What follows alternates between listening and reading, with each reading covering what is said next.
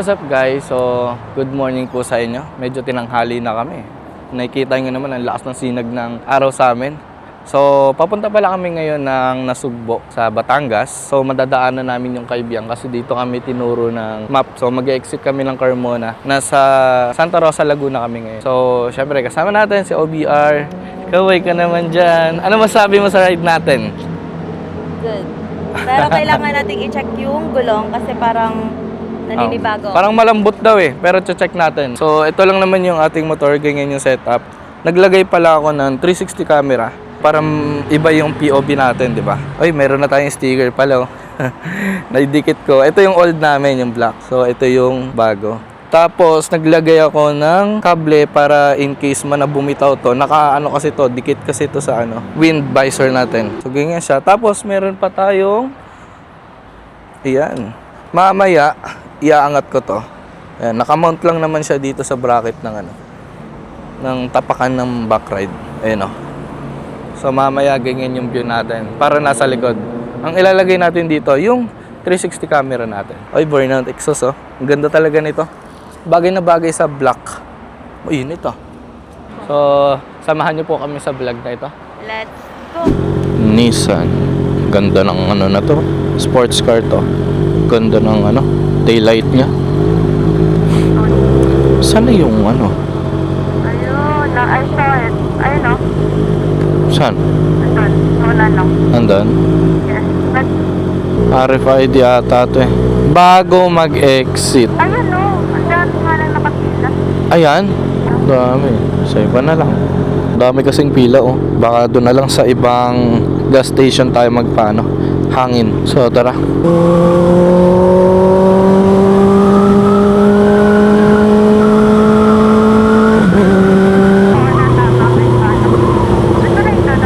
Hindi tayo magkakalaks.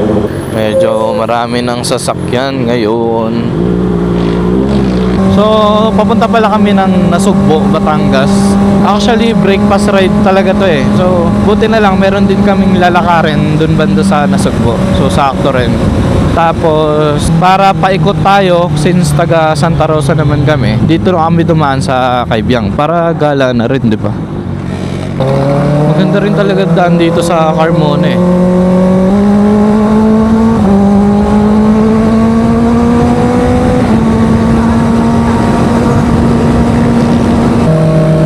Hey, rider oh. Patay tayo dyan. Big bike killer.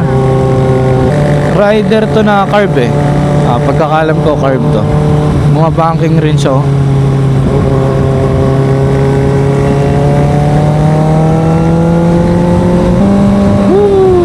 Medyo tirik na nga yung araw oh. Muna na tayo.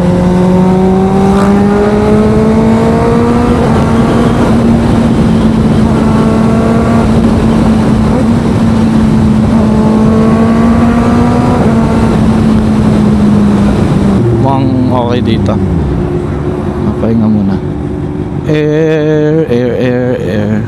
Naku, parang wala ah. Ayun, yun. Sana ayos. Wag lang. Pindutin mo to. Ito ah. Mamaya. Ayun na naman siya oh. Laging nabuka. Parang hindi kasya to eh. Ibang pito to eh. Oh, wala oh. Nasingaw oh. Malaki kasi to. At maliit lang to eh. Pang kotse kasi to. Baka hindi na kailangan tanggalin yan. Ha? Yung takip.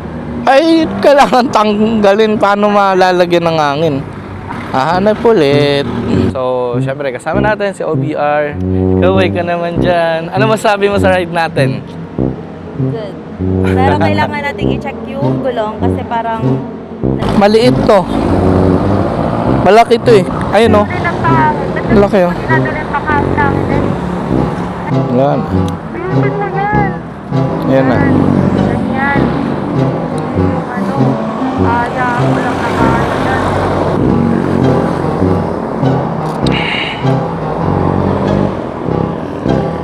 Lipat kami ng ibang gas station kasi yung nila, pambomba nila pang sasakyan lang, malaki. Laki ng tread eh. Di ko alam kung masyadong matigas yung gulong namin, kaya yung suspension parang ang tagtag. Pero kung babawasan ko to, magda 30 ako sa likod, tapos 29 sa harap. Feeling ko magkakaroon na ng play. Kasi feeling ko matigas masyado yung gulong eh. Kasi di ba ang standard sa mga big bike, sa manual nakalagay doon 35. Pero yung iba, nagta 30. Gawa nga ng para merong bouncing yung yung gulong. Aanohan pa ba natin, mahal? So, sabi ni OBR, wag na daw kasi natatagalan siya. Naiinis na siya, ayaw niya kasi baba ng baba. So, dire-diretsuhin na lang natin to. Wala na high blood na ang OBR eh. Ano masabi mo sa ride natin?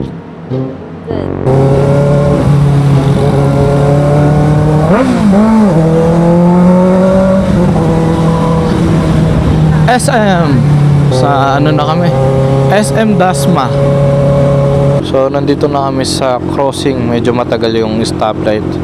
So dito papuntang Gentry, tapos Naik, ayun o, meron palang signboard. Tapos dito papuntang Cavite, straight ahead. Tapos dito yung way namin papuntang Silang 6R.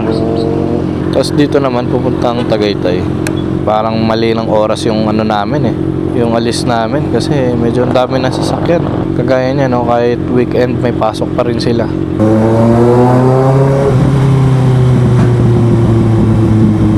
Laki oh.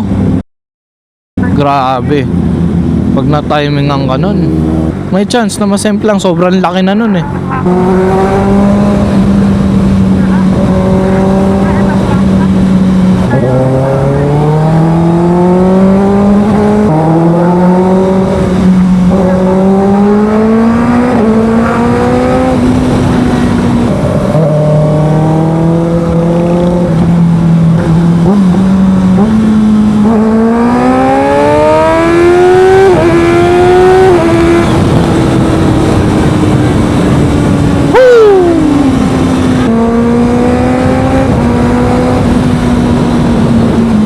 Malabak dito ah.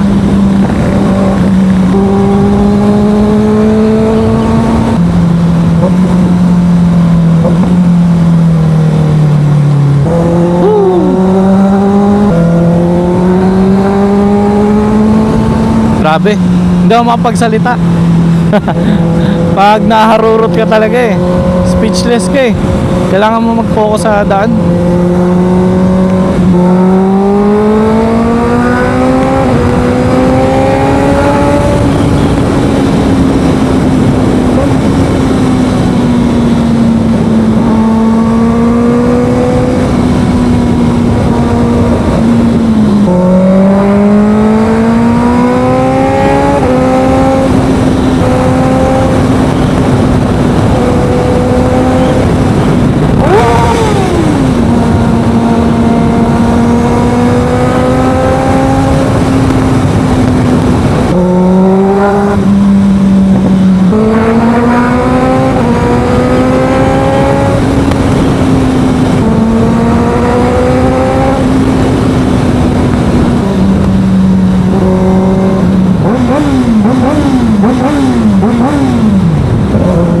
Dito na. Iba ang likuan dito eh, no? Imbis dapat pa ganun ka dito. Diba? Oh, diba? Ang galing ng likuan dito eh. Whew! Kapoy. Pahinga muna. Alright, so nandito na kami sa bayan ng Naik. Let's go, ma-traffic. Hala, anong oras na eh? 8:50 na oh. So, ang maganda rin dito kay 6R, mabilis talaga siya. Ipapakita talaga sa'yo na itong motor na to na middleweight talaga siya. Sakto lang, di ka mabibitin eh, kasi para sa akin malakas na. Okay na kasi ako dito. Kontento na ako sa power niya. Ayoko rin naman yung sobrang lakas. Sa ibang bansa, kung kahit hindi expressway, mamamaximize mo yung mga ganong power. Kasi meron mga mahihilig sa speed. Ako sakto lang naman. Mahilig lang pero 50-50. Kasi nandun pa rin yung thinking ko na safety first. Tapos yung iba pa nga dito, pinangbo Boss Ironman to. Hindi pa ako nakasali ng Boss Ironman eh. Hindi na siguro. Yung iba kasi mga kanya-kanya naman dahilan kung bakit nasali sa Boss Ironman. Yung iba achievement, experience. Kasi ang maganda rin sa Boss Ironman, ang dami mga police na nag-a-assist sa inyo. Matutuwa ka, ang daming tao. Hindi ko pa na-experience kasi yung gano'n. Napapanood ko lang sa mga idol ko na Yung iba pa nga, ang ginagawa, may angkas pa sila nun angkas nila yung OBR nila. Hindi ko alam kung anong feeling ng gano'n. Ewan ko, paano yung technique na ginagawa nila. Siguro ganito, kagaya nito, kami, medyo hindi na kami sa speed kasi traffic rin. So, siya naka-upright position, nakapahinga siya. Ako rin, medyo uma-upright konti. Naka one hand tapos isasundal ko yung siko ko dito sa tangke para nakakapagpahinga ako. Para mamaya, pag open road na, bakbak ulit tayo.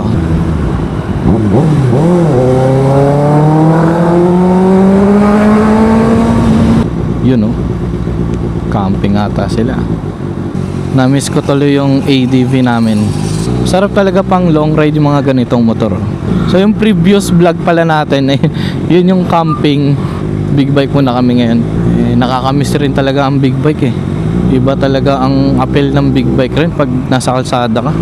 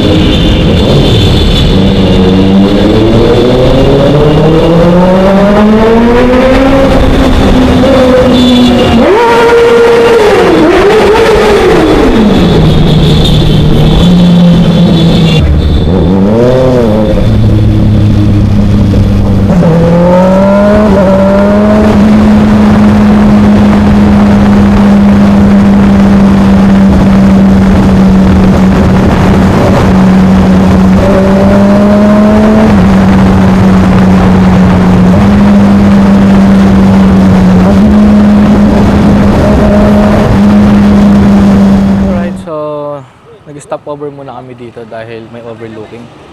Ganda ng view dito. Ayun pakita natin.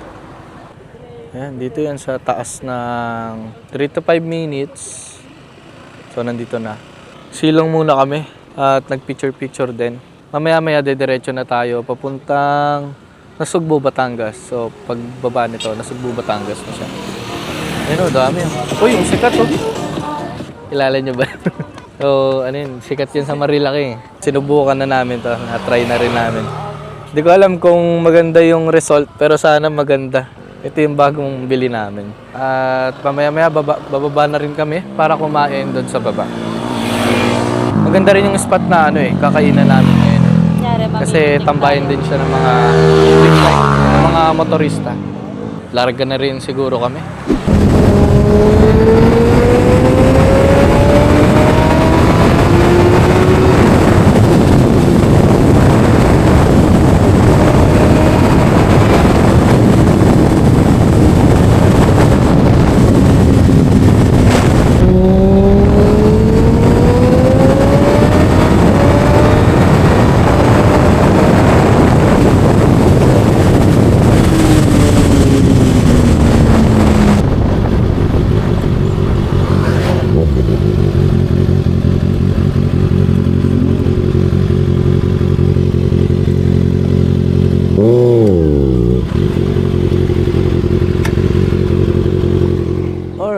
So, dumating na rin ang aming pagkain. Ang in-order lang naman namin ay beef tapa. Tapos sa kanya, carbonara. Tapos maganda rin dito sa sa place na to. Kasi may puno, may lilim. Tingnan mo, tirik na tirik yung araw. Daming motor na daan dito. Kasi yung mga galing ng Kaibiyang, so madadaanan kasi to. Tsaka yung mga galing ng Tagaytay or Nasugbo, Pag papunta kayo ng Kaibigan, madadaanan nyo rin. Pansin ko pala, ang mga bundok dito, yung mga puno nila, mga ano na, brown, sunog. Parang matindi ang araw dito. So, kain muna kami.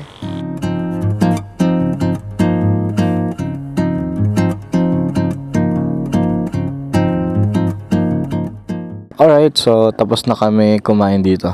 Gusto ko sana dito mag-video, mag-flyby kaso syempre may bahay. Meron.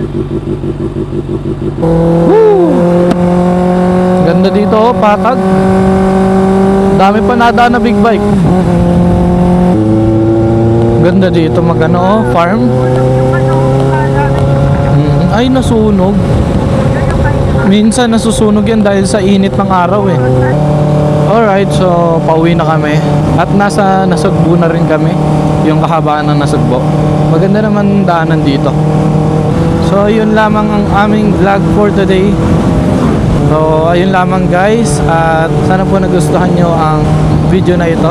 At don't forget to subscribe and comment down below na rin kung ano masasabi mo sa vlog na ito. At kung gusto mo rin mag-suggest ng content, so comment down below na rin. Hindi ko alam kung ano yung next video namin kasi ewan ko kung next week magka-camping pa kami. Yun lamang po. See you sa next vlog.